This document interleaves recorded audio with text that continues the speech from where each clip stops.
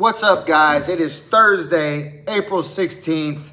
Welcome to another episode of the Moy Diaz Combat Pubcast. It is another hot, humid day here in North Texas. Man, this is horrible. I don't know how the people in Houston survive, but it's like 84 degrees with like 90% humidity over here. It fucking sucks right now. It's hot. But we have fights this weekend, guys. We have UFC Fight Night from the Canada Life Center in Winnipeg, Canada. So I'm sure they're going to have a lot much cooler weather than we're having here. But let's jump into it, man. The main event is 170 pounds, welterweight division. We have number 11 ranked Gilbert Burns, Durinho Burns, taking on unranked Mike Malott. He is the Canadian hometown favorite, Mike Malott.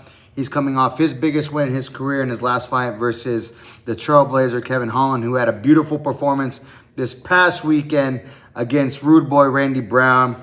I mean, a spectacular performance. Almost had to finish in the second round, Kevin Holland did. But, man, Rude Boy, shout out to him. Fought through that Darce choke, kept it a fight, and Kevin Holland gets unanimous decision victory. But Mike Malott is coming off that fight, and if you've been hearing his name lately, it's because of Kevin Holland's performance this weekend. He said in the post-fight presser he wants all the clap back. He wants to get all those losses on his record. He wants to get them back. And Mike Malott was one of the first names on that list, along with D-Rod, Daniel Rodriguez, who just was released from a Tijuana prison earlier this week, or late last week. And from what we're hearing, Kevin Holland is the one that bailed him out.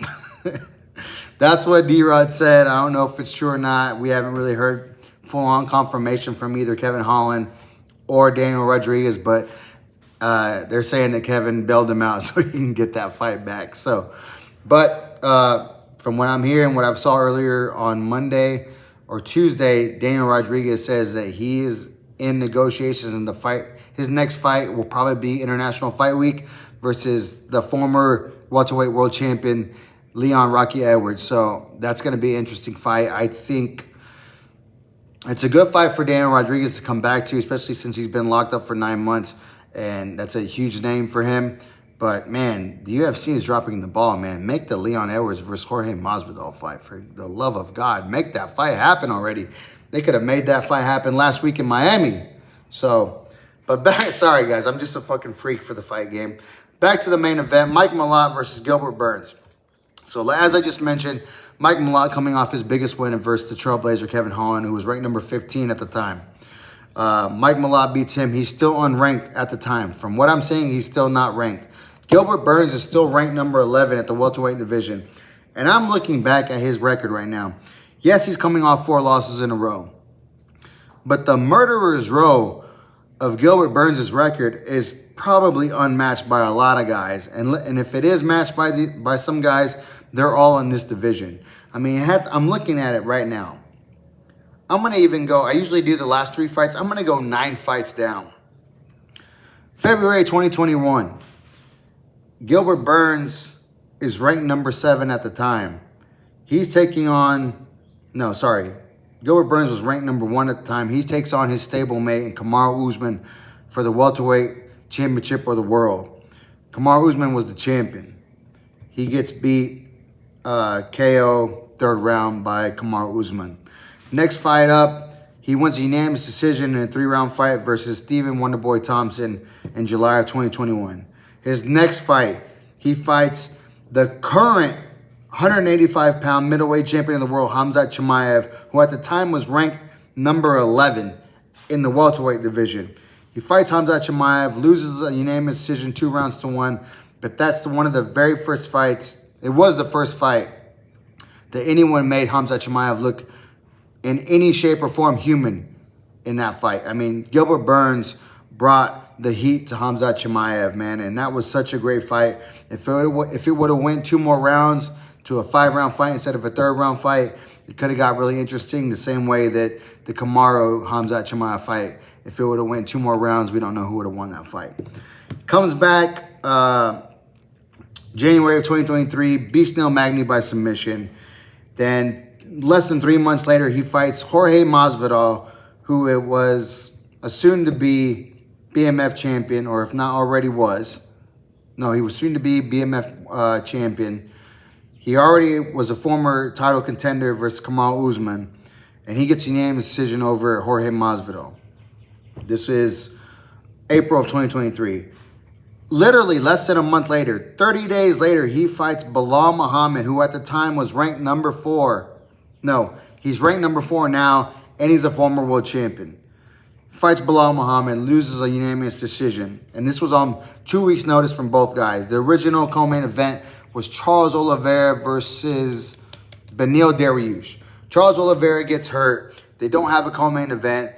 Both Bilal Muhammad and Gilbert Burns step in to fill that co-main event slot. What a bunch of freaking gangsters, man, these fools. 2 motherfucking gangsters stepping in on 2 weeks' notice to take that fight and fill that slot. So Bilal gets unanimous decision victory. So now Bilal is ranked number 4, and he is a former world champion. His next fight for Gilbert Burns is Jack Della Maddalena, who currently is ranked number 1, and he's a former world champion. He gets stopped by JDM in the 3rd round. I think in the Bilal fight, he hurt his shoulder early on in that fight, so really couldn't grapple that much to fight off Bilal. The JDM fight, he gets caught with a huge knee in the 3rd round and gets finished by JDM. Okay, he just fought 2 back-to-back world champions. They weren't champions at the time, but they were going to become 2 back-to-back world champions. The next fight, you think he's going to get easier? Hell no. He's going to be fighting who's currently ranked number 6 in the world, Sean Brady. He loses to Sean Brady in unanimous decision. Okay, that was September 2024. What's his bounce back fight? They give him Michael Morales, who's currently ranked number 3 in the world right now, coming off a big KO victory over Sean Brady. And Michael Morales KOs him in the 1st round in their bout. I believe it was a fight night card. So Gilbert Burns in his last 9 fights has fought 1, 2, 3, 4 current or former world champions, and his last 4 opponents are all currently ranked inside the top 6 in the welterweight division. If you count Kamal Usman, he's ranked number 7 right now. So 1, 2, 3, 4, 5 guys ranked inside the top 7 have been Gilbert Burns' all former opponents, especially his last 4. That's an insane lineup. That's an insane resume. I really like Gilbert Burns, but even with all that being said, they have Gilbert Burns as an underdog at plus 230 versus Mike Malott, who's a minus 285. I understand he's fighting in his home country. I don't know if he's from Winnipeg, but I mean, hell, if you're fighting in Canada and you're Canadian, you're going to have the crowd on your side. So, man, I want to say Gilbert Burns didn't look good in his last fight, but he fought Michael Morales. I mean, Michael Morales made Sean Brady, who was ranked number 2 at the time, look not good at all. I mean, that just shows you the caliber of Michael Morales. So, I like Mike Malott. He's got skills, but I mean, the best guy he's fought was Kevin Holland, and Kevin was ranked at number 15, and Mike Malott is still unranked. So, call me crazy, man. I'm going to take Gilbert Burns at plus 230 as the underdog. And shit, you could probably go, the over is plus 100. The over 2.5 rounds is plus 100. And let me see. If you bet Gilbert Burns to win decision, it's plus 800. Gilbert Burns is as tough as they come. The only question I have about Gilbert Burns is, after all these wars, all these great opponents he's fought, I know he's got a podcast, he's got other things going on. Does he still have the hunger to fight, or is he just taking this because it's a main event slot and you get main event pay? I don't know. I want to think that Gilbert Burns is still a dog, and if you bring it out of him, he's going to fight you to the death. I'm going to go Gilbert Burns on this one, man. I know it's a long shot. I know it's probably an unpopular pick, especially in Mike Malott's home country of Canada. Mike Malott is a smart pick. But if you've been following me, and as a former fighter, we don't always make the best decisions. I mean, shit, I used to fight for a living. That's not the smartest thing to do. I mean, there's other ways you can make money easier than fighting inside of a cage. So I might not always make the best decisions, but I'm going to go with Gilbert Burns. I don't give a fuck. I'm going Durinho Burns to beat Mike Malott. Decision, plus 800 money, plus 230 for him to win on the money line. and over 2.5 rounds at plus 100.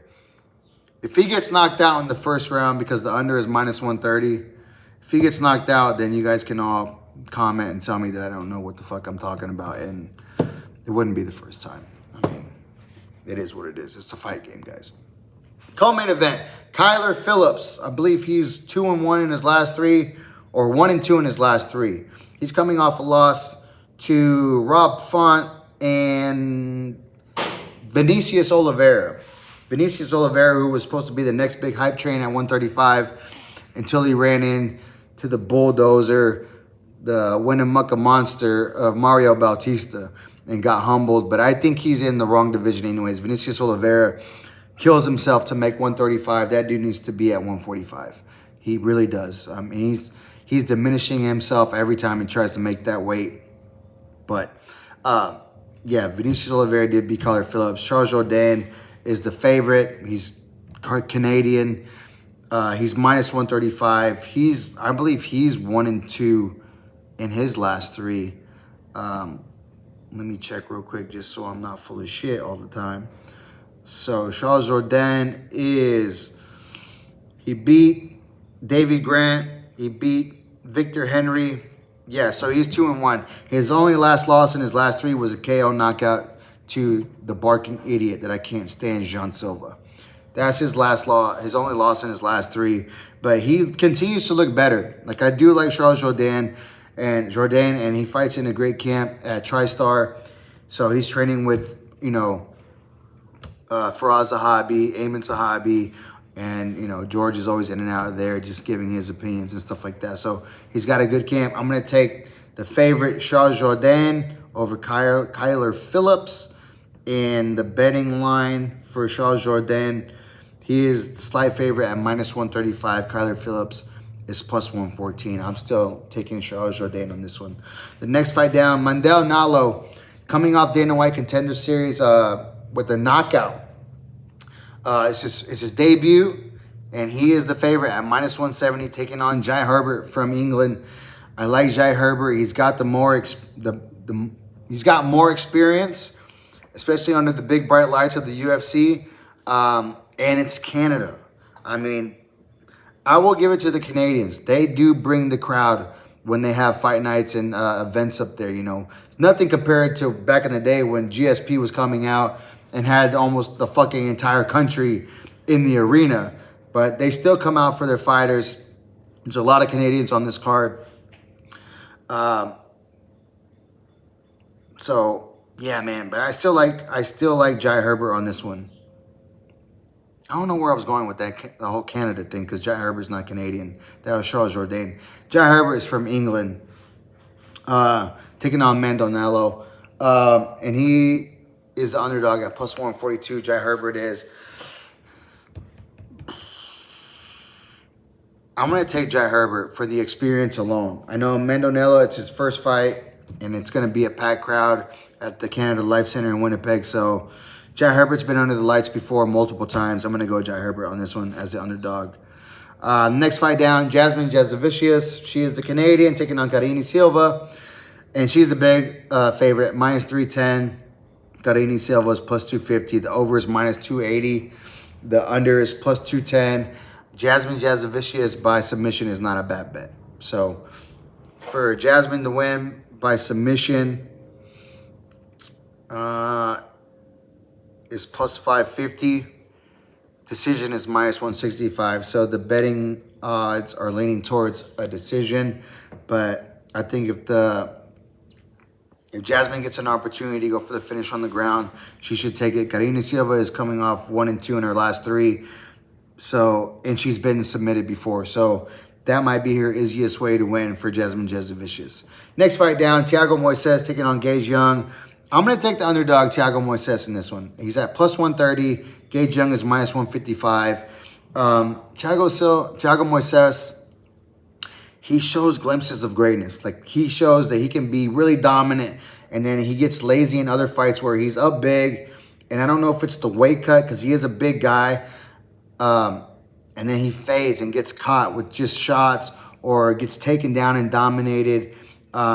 This fight is going to be at the lightweight lightweight division, so 154 pounds with the pound allowance, 156. Tiago Moises is a big dude, so I think it might be the cut that's hurting him, but I think he's too small for 170 and a little bit too big for 55. I like Tiago Moises in this one. Fuck it, I'm going to take another underdog, Tiago Moises, to win this fight. The next fight, Denis Pazushka versus Marcio Barbosa. The Brazilian, I'm going with the Brazilian, man. Marcio Barbosa. He is a... Oh, shit. He's a minus 500 favorite. So they're picking him to win. So you might want to parlay that bet with another bet, possibly Tiago Moises or Jasmine Jasdovicius, or however you want to do it. But he's a big favorite. But I just don't think Denis Pazushka has the tools to beat Marcio Barbosa.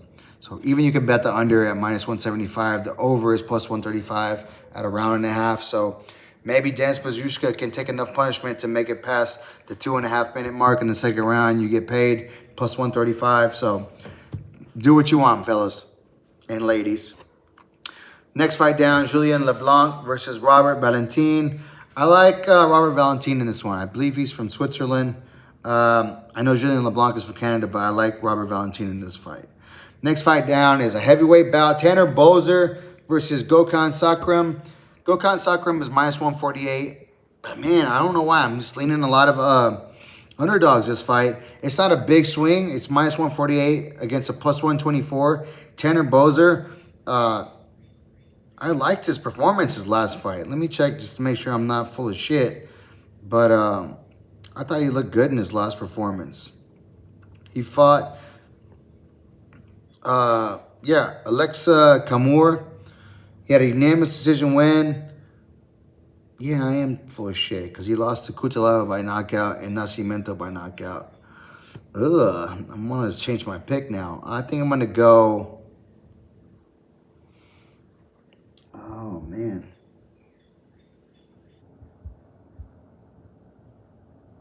Fuck it, let it ride. It's plus 124. Tanner Boser to win over Gokhan Sarkiam. Next fight down, Melissa Croden versus Daria Zajankanova, the Iron Lady. She's from Russia. Melissa Croden. I'm taking Melissa Croden on this one. She is a slight favorite at minus 142, but she's shown a lot of really good skills lately.